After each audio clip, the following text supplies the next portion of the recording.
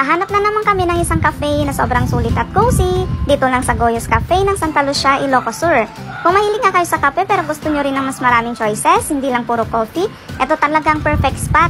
Pagpasok pa lang namin, ramdam mo na agad yung aroma ng freshly brewed coffee, tapos ang ambience parang homey pero classy.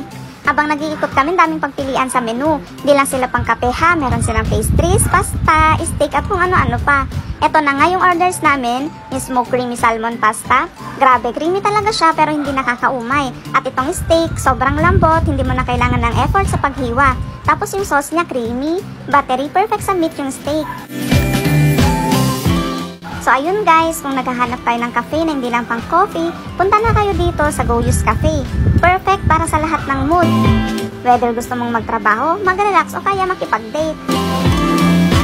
Sulit talaga sa lasa, sa ambience at sa presyo.